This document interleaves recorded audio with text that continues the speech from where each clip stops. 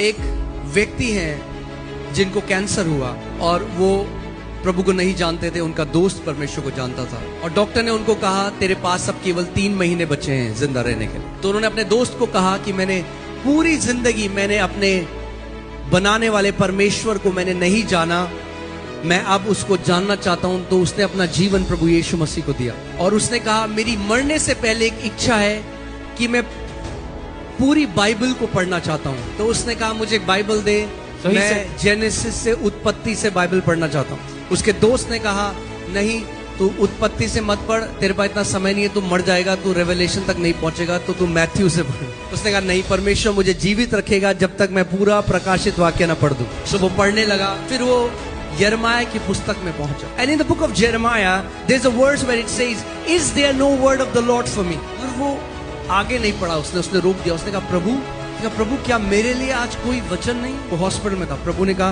तू बाहर जा पार्किंग में। और वो बाहर गया और एक व्यक्ति वहां पे गाड़ी में आया और उस व्यक्ति ने उनको कहा परमेश्वर ने मेरे मन में एक वचन आपके लिए डाला है। और उन्होंने कहा आइजाया 53:5।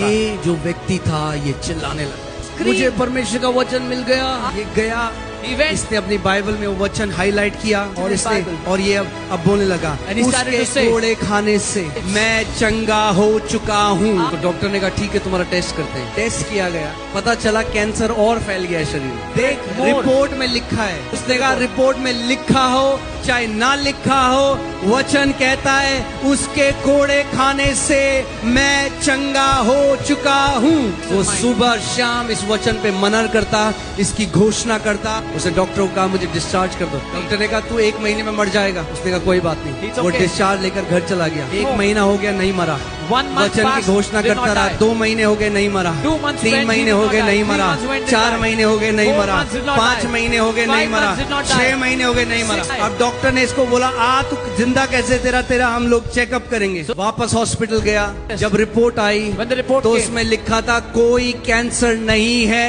पूरी रीति से चंगा हो चुका था। आपका उत्तर वचन में है।